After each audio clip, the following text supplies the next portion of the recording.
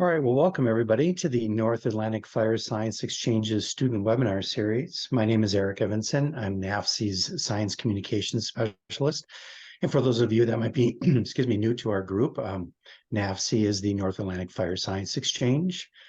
And essentially the goal of this series is to connect students with the fire and forestry community and establish productive working relationships, as well as exchanging information.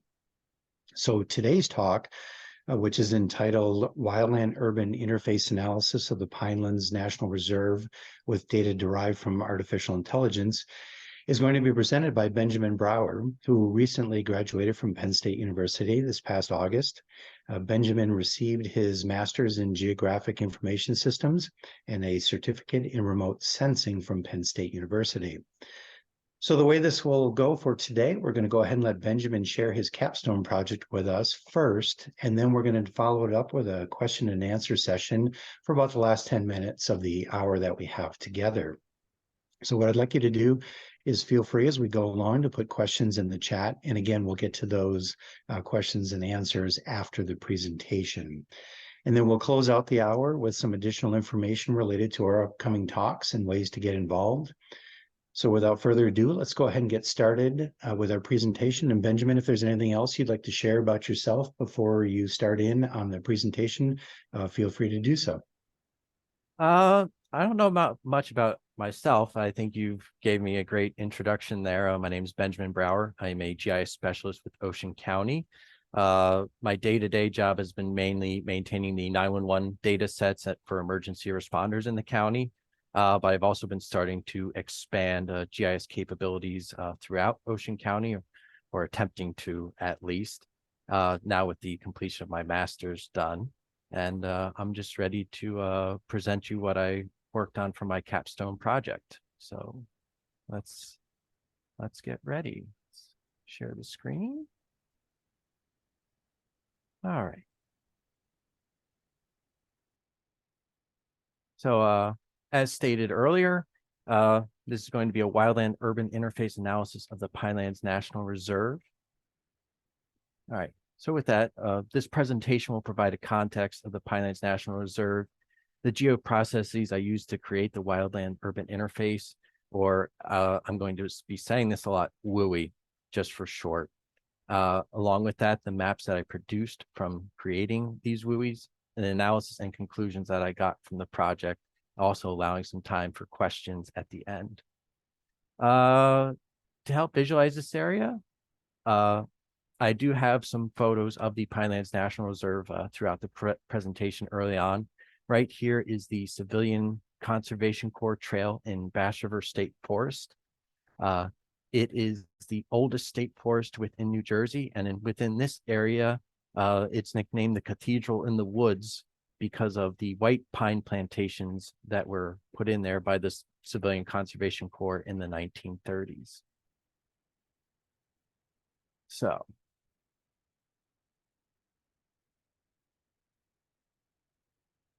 along with the Pinelands National Reserve being one of the largest open spaces within the Northeast region, it is also a very fire-prone region of the state of New Jersey. One example recently was in June this year. There was a fire in Bass River State Forest that burned over 5,000 acres. It is a volatile area that requires constant vigilance for fire mitigation, such as prescribed burns. One such tool that can be used for this are wildland urban interfaces. They help visualize developed areas that are risk to wildfires. A downside to current WUI production has been that it depends on census data, which is collected over a decade basis. So towards the later end of a decade, that data might not be as accurate as the development that is processed over the past few years.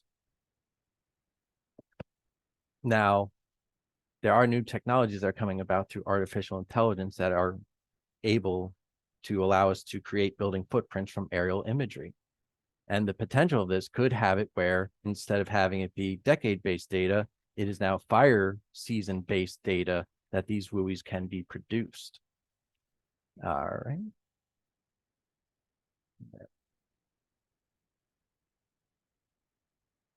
So with that, the project, I had two major questions that I wanted test throughout the creation of my maps and analysis.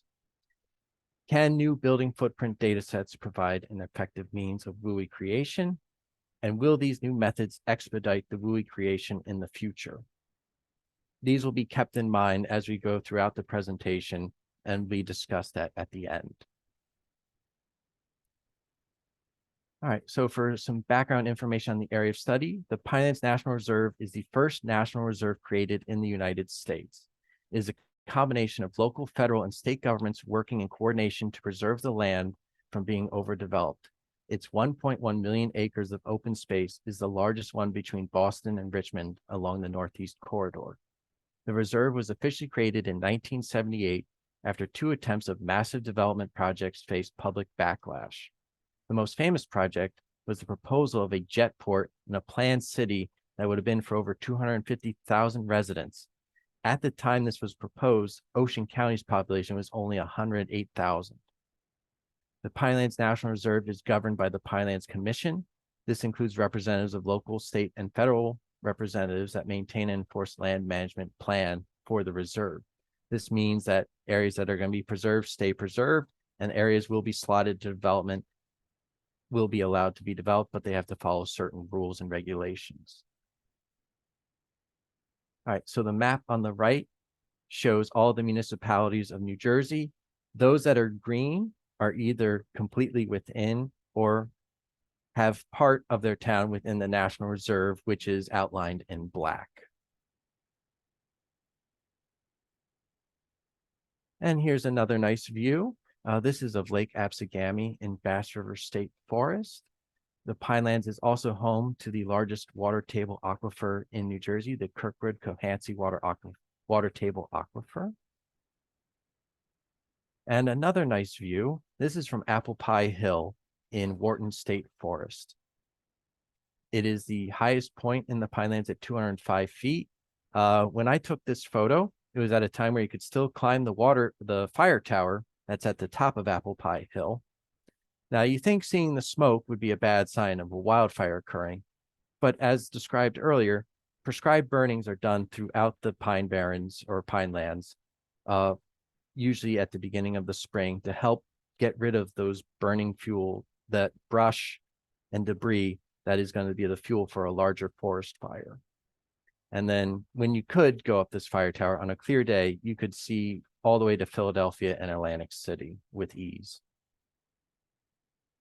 All right, getting back on track for the definition of the Wildland Urban Interface. I use the parameters described in the research of Amanda Carlson, David Helmers, Todd Hawbaker, Miranda Machrin, and Volker Radaloff. In their paper, they created a WUI of the contiguous United States with a building footprint data set derived from artificial intelligence. The WUI will be broken into 3 parts. Non-WUI will be areas of a building density that is less than 6.17 units per square kilometer. If the building density is greater than that and the wildland vegetation is greater than 50% within the area, that will be classified as intermix WUI.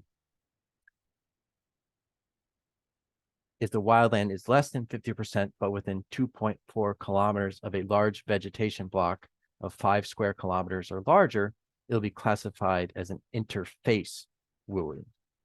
And this illustration is from their research paper. And we can see clearly here, the building density is low, that is non-WUI. The building density is high and it's within vegetation, intermix. There's large development near a large space of wildland, that's an interface. All right. In this slide, I show the data sets that I used to build out my maps. The data sets from the New Jersey Office of GIS were used to create and limit the area of study within the Pinelands National Reserve and its corresponding municipalities. The building footprint data set was created by Microsoft Bing Maps in 2019. This data set was derived from Bing Maps imagery using artificial intelligence through the CNTK Unified Toolkit, along with deep neural networks and ResNet34 to sample the imagery to detect building footprints, along with quality control to detect false positives and polygonization algorithm to detect building edges were applied to this data set. Using these techniques, Microsoft was able to produce a data set of over 129 million footprints within the United States. The National Land Cover Database was also used for the year 2019 in helping with the land cover classification and helping to get the wildland areas. And then for comparative maps that will be used later on, I also use the Silvus Labs 2020 WUI that was built out using census tract data and the U.S. Forest Service wildfire risk data set from the Esri Living Atlas to help build comparative maps. So my first step was, aside from gathering the data, was now to reduce it to having it be my area of study. And that is basically taking the New Jersey municipalities within the National Reserve and selecting the data that was within there and exporting it to help create new data sets, along with doing a geoprocessing called CLIP to limit the National Land Cover Database along with the 2020 WUI. So the examples of that, in a previous image, I showed you all the municipalities of New Jersey. Here are all the municipalities that are either completely within or contain part of the Pinelands. Here's the NLCD of the Pinelands National Reserve. And here are the building footprints that were made into points that are within the Pinelands municipalities.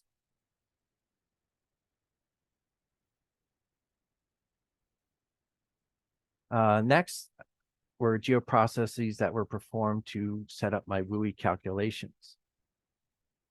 Some of the preparations for that included reclassification of all the National Land Cover databases, several land classifications into wildland and developed land, and removing the developed land to create a new wildland polygon, and then creating the point set data of the building footprints to use to calculate their density. Here's the visualization of those results. So this is all the classified wildland within the Pinelands National Reserve. And over here was the building density classification, the darker areas being a higher density and the lower colors being of lighter. And also where there was no building density, there were no tiles. For the intermixed WUI, a union was performed on the high density building tiles and the wildland polygons. The union then had new fields made to calculate areas of percentage of it being wildland. Those with a wildland percentage of 50% and over were created into the intermixed WUI data set. And over here is this visualization of that. So here are the high density tiles. Here are the wildland polygons. Once they were calculated to 50% and above, it resulted in this intermix WUI data set. Since it's being a large open space preserved, I did anticipate there being more intermix than interface WUI. So in the calculation of the interface, going back to the high density tiles, a selection was done for areas of the wildland polygons, my apologies, that were greater than or equal to 5 square kilometers. Along with that, I added a buffer of 2.4 kilometers. And then the high density tiles were selected that were either within the wildland or the buffer. From those, if they weren't already part of the intermix, they were created into the interface. I know it's one thing to say all these things, but I feel just being a map person in GIS, I always like to visualize it. So here were all the polygons that are larger parts of wildland. So it is a little bit smaller, but there are still vast parts of the National Reserve. And then the buffer also provides a large amount. Over here are all the high density tiles, either within the buffer or within the wildland itself. And if they weren't part of the intermix, they were created into the interface, and they are the orange square tiles in our third image.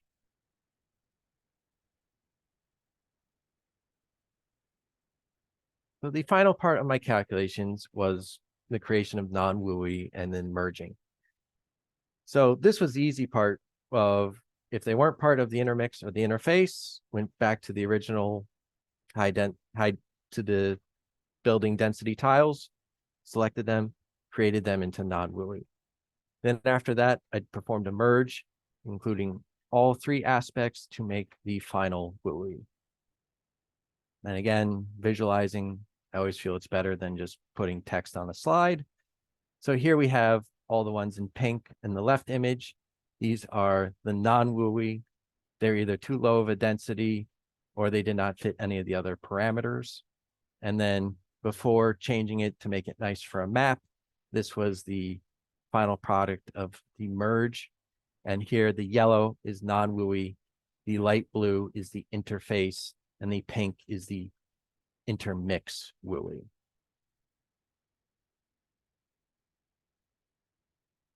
So for my project, I produced 3 maps. The first one was of the 2019 WUI of the Pinelands National Reserve. The second was a map that included the WUI I created, overlaid the U.S. Forest Service wildfire risk to communities. And then the third map was of the 2019 interface I created, overlaid the 2020 Silvis Lab WUI.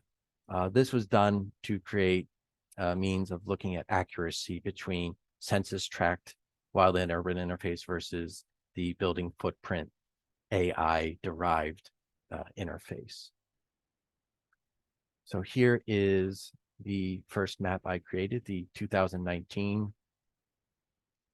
And the tiles that are, well, the green is the Pinelands wildland to help show where the wildland is. The non-WUI is all the tiles that are not colored in, the interface in orange, and the intermix in red.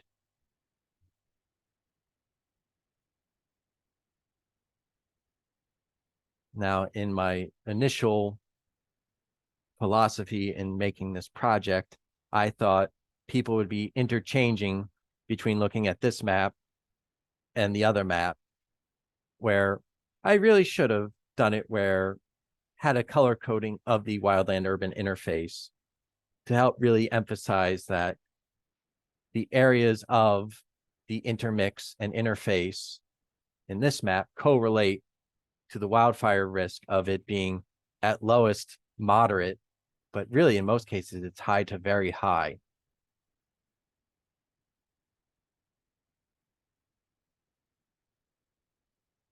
And now we have the third map. So this is the 2019 WUI I created over the 2020 Silvis Lab WUI. We can see a few differences already. We do see a larger amount of area that is classified, mainly that being non-WUI. And the other thing is we can see there's different shades, and we can see from the map key that they should align, where I found in the final process where the darker colors are, that's where both the 2019 and 2020 WUIs lined up. And if there's a little shade, that is where either the 2020 classified it and it didn't get matched to 2020, or the other way around. But we'll be talking this further in my analysis of the maps, which happens right now. So in the analysis of the maps I produced, I used the confusion matrix for assessing accuracy between the footprint WUI and the Silvis Lab WUI. It laid out a series of randomized points for each WUI classification around the maps, and I assessed for accuracy. From the start, the area of the Silvis Lab WUI was over 750 square kilometers larger than the one I created.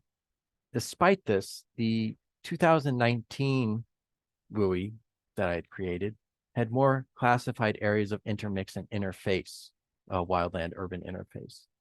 This could be attributed to a whole kilometer within my calculations being classified as one type of WUI, whereas the census tract data didn't correlate to that. It followed census areas. Overall, this gave a low accuracy assessment of 39%, but I saw where these inaccuracies were coming from. So this is Stafford Township in Ocean County, New Jersey. It's within the Pinelands National Reserve. And I feel that this area provided a microcosm of the differences I saw between the two wildland urban interfaces. We see an overall alignment of the WUI classification. Doesn't seem to be too much that's outside of the ordinary. But there are large swaths of area not classified in the 2019 that are in the 2020, mainly being the non-WUI, especially to the east and the west, where there is no building density. But we do see the areas that do match up, such as some intermix right here, interface along here. But as we can see here down the south, using the census tract data, it's built out for properties, whereas the building footprint data did not take into consideration and only considered the 1 square kilometer. But I think that's where, I think seeing the low number, I was initially disappointed, but going to further detail, I saw it more as a foundation of moving forward. Along with that, these were the tables I got for between the two WUIs. The first one is the 2019, so that's the one from the building footprint. And table 2, that is the one from the Silvis lab. Again, right off the bat, we can see the non-WUI area much larger. But then we also see that the intermix and interface in 2019 is significantly larger by 300 square kilometers on average.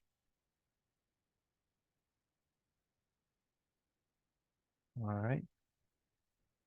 So now we're going back to the questions I asked earlier that I was going to have my conclusions about. So, can building footprint data provide an effective means of WUI creation? I think despite my attempt and its results of low accuracy in terms of comparing to census data, I believe with adjustments that using this building footprint data set derived from artificial intelligence, it will be effective in creating new wildland urban interface maps. Major effort needs to be made in calculating the areas of no building density to be included in non-WUI areas. Also, the use of other data sets, including parcels, waterways, or even better use of land cover differentiation to help make it more accurate. Then, will these new methods expedite WUI creation in the near future? I believe that's an absolute yes. My initial attempt with this project was actually to create my own building footprints using high resolution imagery from deep learning tools that are used in ArcGIS Pro. Unfortunately, given the time constraints of completing my capstone on time to graduate and technical difficulties that came about where I was getting areas of marsh being classified as a building footprint, I had to put that on hold. But with time, more practice, and refining, I think this is going to change the way WUI maps will be focusing more on imagery and building footprints derived from that imagery as opposed to using census tract data. So while this was a graduate school project, it was my capstone. I don't want this to be just left alone. Looking back, there are some things I would like to revisit in time to produce a better map and a better wildland urban interface. First off, I wanted to produce it to include the entire area of study to have a more accurate amount of non-WUI area. Another idea I would like to go back is using the National Land Cover database more effectively. I only used it to get the wildland, where I also could have used developed land of high density, medium density, low density, and help build it out better. But then I could also use parcels, waterways to help take out areas where it might have been classified as intermix or interface, even though not the entire space was part of land or should have been classified as that. And then, as stated before, I really want to get into the deep learning models and be able to use high resolution imagery and create building footprints right off the bat. I think with that, I could really refine these hypothetical questions and provide more effective means of answering them.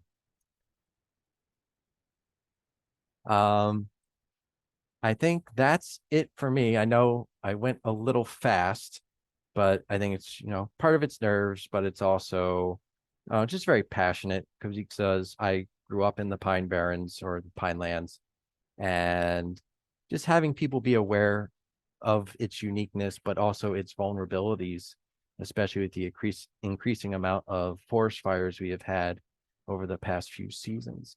But that's it for me and my project.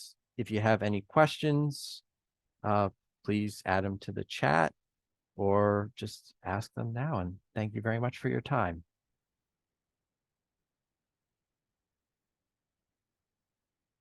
All right, well, thank you very much,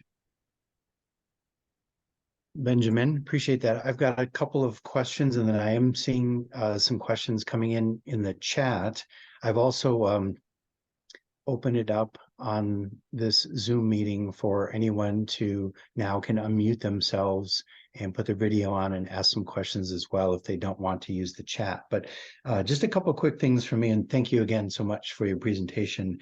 Definitely learned quite a bit from this. The couple things that stuck out to me, you made reference to the looking at the data set instead of census, but looking at it by fire season.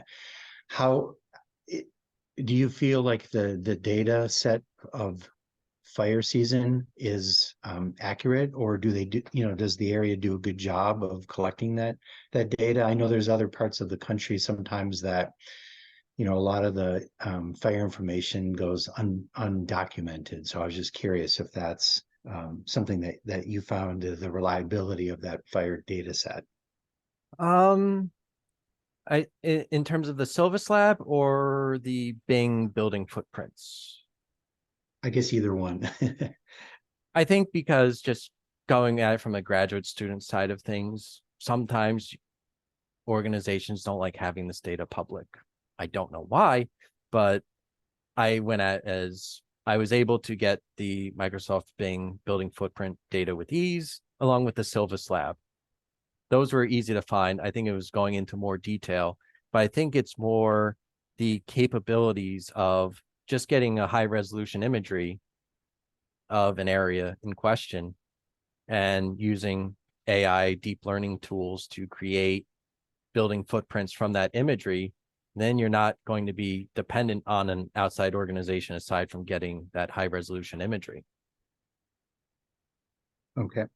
And then, so what would like the forest community do with these types of maps? I'm just not sure on how they use this information, but for like a WUI area, what might they utilize with this information? I think with the Wildland Urban Interface, it's helping anticipating the areas of risk. So an area that is intermixed, for example, these are houses surrounded by wildland.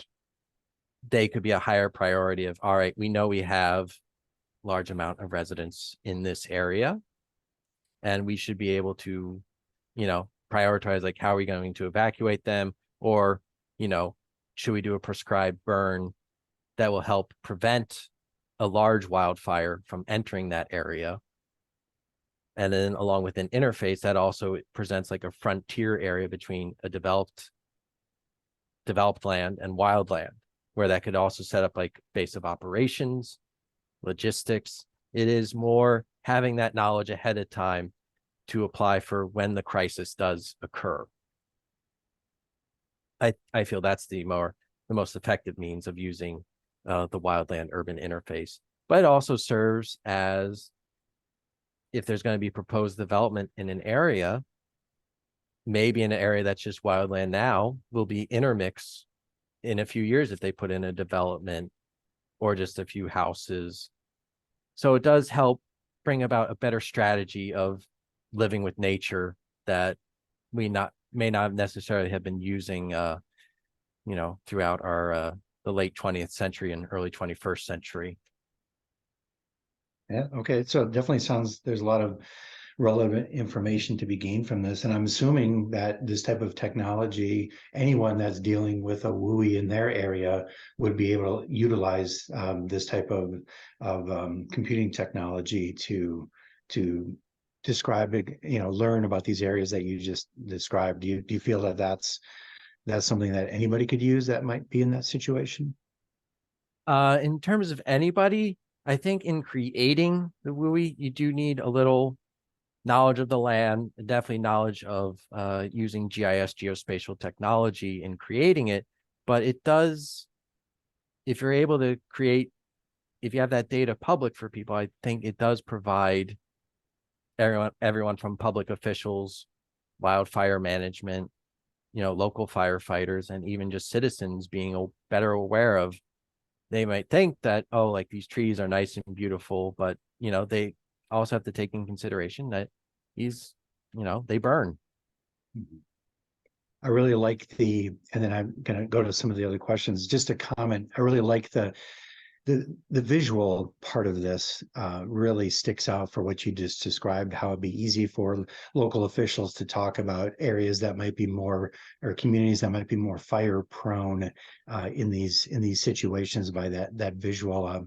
In the past, I've worked on wildfires and being able to show a particular graphic about an area or something that might impact an area can really speak volumes to educating people on what that risk might be. So I really liked those visuals that you created.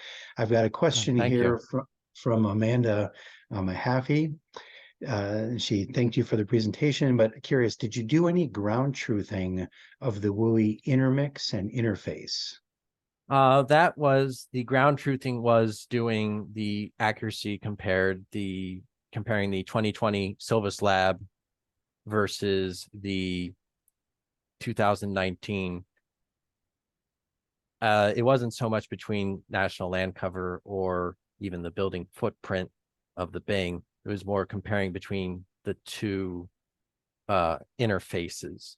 I think going ground truth might have been difficult just in the sense of you're covering more of an area versus is this a house versus a tree, for example. I think if I was going to compare that, it would have to go into further detail. So it was more just comparison between a wildland urban interface derived from artificial intelligence building footprints versus one derived from census tract data. I meant more. Did you go on the ground to look at what some of these pixels looked like at the ground level just to see? I did not do that. I wish I had the time and effort to do so. I live in the area, so I might have been in some spots involuntarily, such as showing those photographs I provided.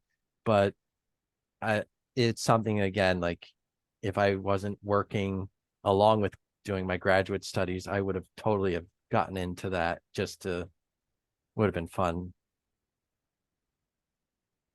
Okay. Here's one from Peter Breigenzer from University of Maine. Also thanking you for the great presentation. Curious about using deep learning to find building footprints from aerial imagery. Is this challenge in forested areas where the trees might obscure the buildings, or does the deep learning approach help get around that? I believe that the deep learning approach will help get around that.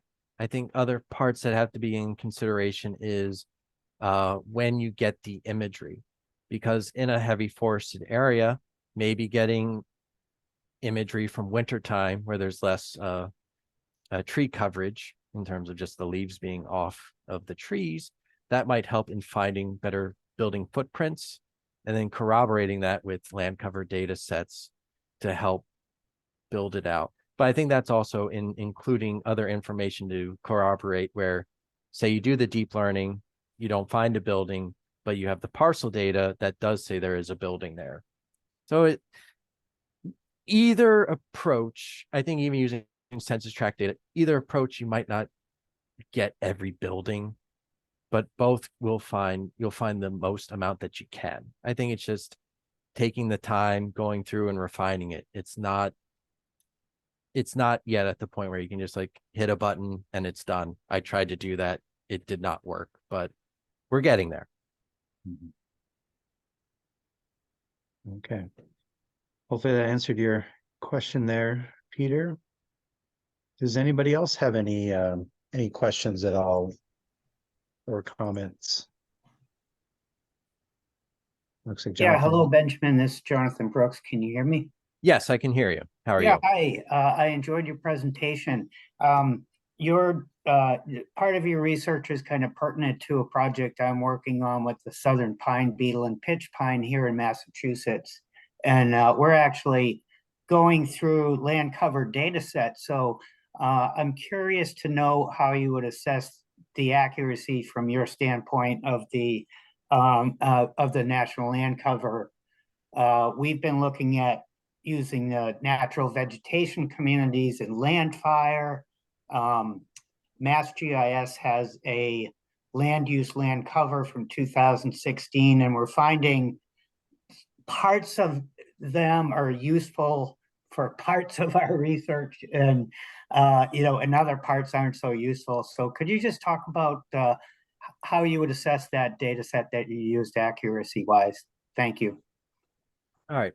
Overall, I found it accurate for what I was doing, but I think it also comes down to what exactly you're going to be using this for, because it does, I believe with the national land cover, one cell is equal to 30 square meters. So in terms of covering a WUI, that's going to be a large amount of area, 1.1 million acres, I believe, or that it worked for that. But if you're covering smaller areas, then if you really want to get down, it really is coming down to the resolution of the data and its land cover classification to what you want it to be effective at. But overall, I think it's fairly accurate, and I've used it in several projects that I've done in the past.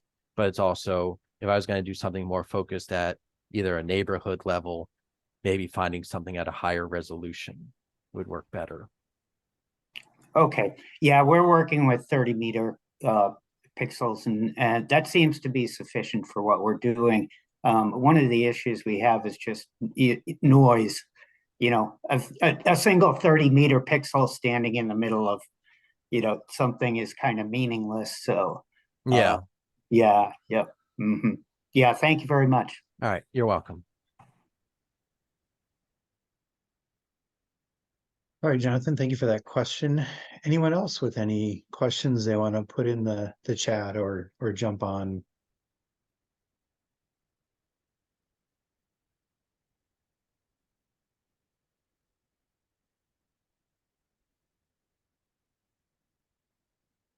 Do you see, Benjamin, the resolution getting any finer than what it is right now?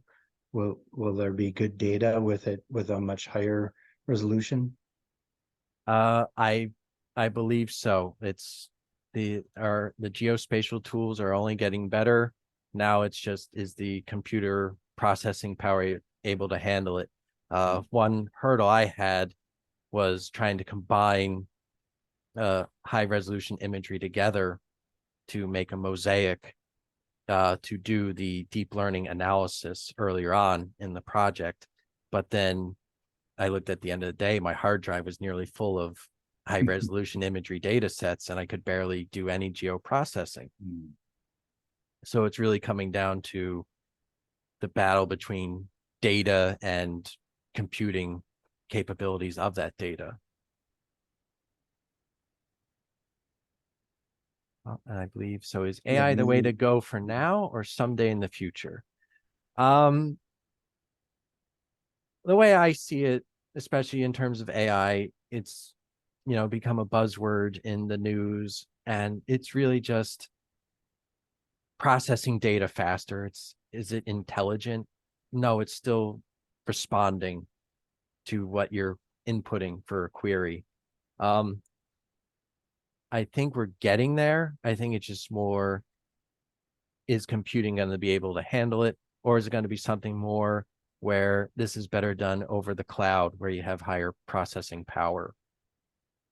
I think that's more of the question versus just being on my own desktop versus, you know, having a network and people working on different aspects of it and then bringing it together versus trying to do the analysis in one fell swoop.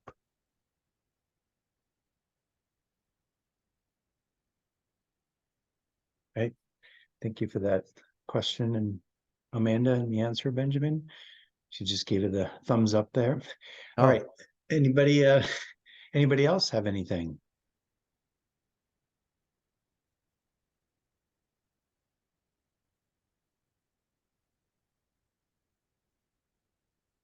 All right, I've got a couple other announcements here before we close. Okay. This was the first of our student webinar series, and thank you again, Benjamin, for being the first one in this. We have two more scheduled. We have one coming up October 26th with Sonia Kaufman, and then Peter Bregenzer, who's on this call today. He's going to be doing one on November 2nd, and I'm going to just in the chat, I'm going to put a reminder to on our website. We have a page dedicated to our student webinar series, and you'll get all the information about the future talks and as well as registration. And also, if you happen to know of anyone else who might be in this situation, a graduate student or somebody working on a project that would like to kind of connect up with the fire forest community, but maybe not sure how to kind of go about doing that, the North Atlantic Fire Science Exchange, this is exactly what we are about, and we'll be more than happy to connect up. This all came about because we had professors reaching out to us and students reaching out to us, wanting to present this information and connect up with the fire and forest community. So we're more than happy to facilitate that. And just because we have the only three scheduled so far, again, if anyone else has something else, we'll probably be doing one, you know, after the holidays next year and put together another series. This is definitely something we want to work with students and connecting them up with the fire and forest community. And to do that, if you have any further questions, again, my name is Eric Evanson, and I'm putting in my email into the chat. And you can just reach out to me and I'll be more than happy to facilitate that information. And then lastly, we can, just in case somebody informally, maybe not being recorded, wants to ask a question or whatever, we'll keep this meeting open for a few more minutes afterwards. But otherwise, again, Benjamin, thank you so much for kicking off our student webinar series. The information was very informative, and we greatly appreciate the time. And to all of you who attended as well, we thank you for taking part. And again, I would like to thank everybody and have a great day. Yes, thank you everyone that came to just listen in and provide questions, or even if you just wanted to enjoy hearing a webinar, just thank you.